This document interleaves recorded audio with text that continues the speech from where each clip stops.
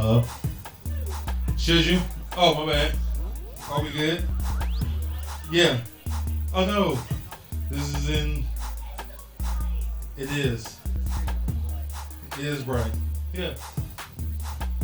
Wait a second. So, how we do this? Wait. You haven't?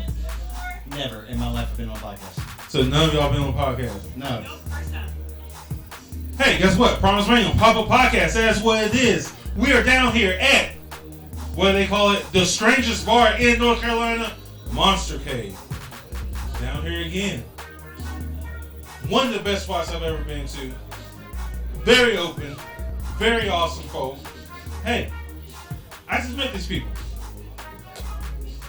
I just met them. But that's what we do. And guess what? They're going to do their own podcast. I'm just going to sit here and then ask some questions. Because guess what? That's what we do on the Papa Podcast. Boom! Yes! Here you go.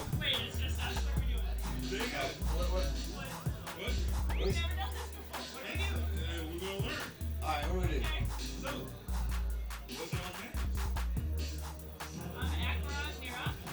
And I'm Chad Wilder. And we played in the band 30 Years Sick. That's what I'm talking about. So, what y'all doing down here at the Strangest Bar in North Carolina? We are here supporting some of our friends that are playing actually right now, Solemn Shapes and Vampiros, which is fronted by the one, the only Carlos, who is consequently the bar owner. So, you gotta support your buddies and support good music and local music, and that's what you do. What are you doing here? Oh, and getting Inca Cola. Oh yes, because Inca Cola is the best ever. Also really good coconut rum.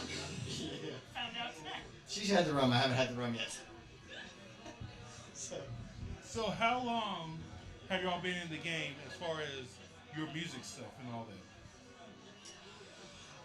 Well, I started around 91 or 2, 93, something around there. Then I played in a band. We toured around the country about 4 times. Yeah, you did. Yeah, 4 tours. We were on a record label out of Chicago, on Invisible Records. And then we didn't do anything for 12 years. 12 years. No music, no nothing. Just rode dirt bikes, built muscle cars, and play video games. That's all we did. Yeah. So then we just started writing again and decided to start playing. So about For 2 years. yeah, right at 2 years now. And so our first show was at Purgatory in Charlotte at Amos's, and it was a sold out night, 1,000+ people there. So Trial by Fire. No, Purgatory is a very, very, very big venue down there. How did y'all pull that off? Well, first off, are you a part of the band too? I don't want to just. I am the singer for the band. I also play a little bit of keyboards and whatever else harebrained idea we come up with. But he writes all the music and he plays just about every instrument you put in front of him. There you go. So y'all played in a show-out show after a 12-year hiatus. A 12-year hiatus. And y'all sold out over 1,000 folk in Charlotte. How did y'all manage that? Well, we have really good friends that let us do things, and we asked to be a part of it, and we just kind of it was like, I don't know if we want to have a band. I'm like, come on, we'll do a good job, and then we did, and it was great. So it was fun, and it was surreal to look out and see that many people. I mean, it was just chest to back, all the way back at Amos's, so it's really cool. No thoughts right now? It was intense. I'll give it that. It was Were you scared? I wouldn't say scared. There was definitely a level of stage fright just because it had been so long since we've been on stage. But once I got the swing of it, it was a hell of a run. Hey, that's what I'm talking about. So you have both. I'm not gonna lie. I was the whole time I was like, I don't know, man. I don't know. It just, when's it gonna happen? Hey, That is what I'm talking. Hey, there you go. Give us a quick second. We'll be right back. Promise me gonna pop a podcast down here at Monster Cave. Hey, we'll be right back, y'all. Already? You need a beer? I haven't had anything, so this is me normal. Oh, really? Oh, that's pretty awesome. But guess what? We're back on the show. I know. No, we're gonna get a beer on part 3. We're gonna get a beer on part 3. But so the question I have to ask, being a little bit older, you know, I have no, I have no problem asking that. Do you find that is it easier to book stuff because they're like you've gone through that heyday of we're rock stars or rap stars or whatever you want to call it, whatever, and it's like people just want to hear good music, or do you find it a little more difficult because hey, we may not know you may not be on that big time type deal unless you're in the local area or whatever the case is. What y'all thoughts on that? I would say it's definitely challenging to get back into the game.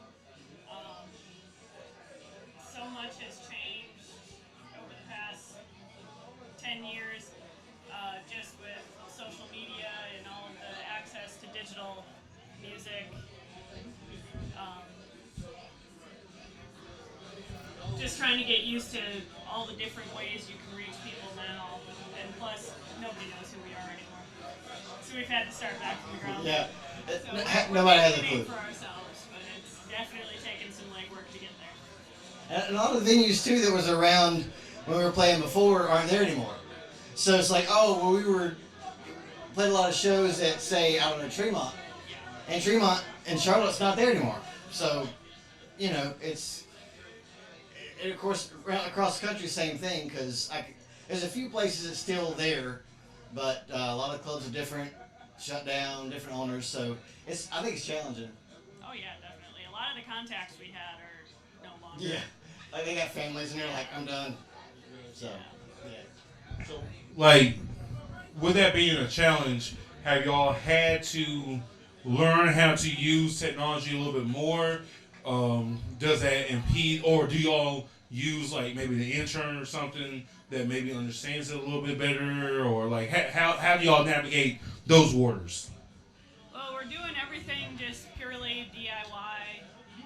Anybody that does want to jump in and help us out, we're always looking for extra hands to help us on our journey. But I know for me, just getting our EP out, I did it just all by ourselves. I don't think we had one friend chipped in a little bit to help us out with it, but we did all the artwork. We released it through CD Baby, and now it's everywhere.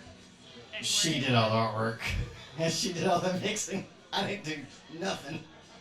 I just wrote it and made it impossible to mix. Yeah, That's what I turned did. it into a product, I guess.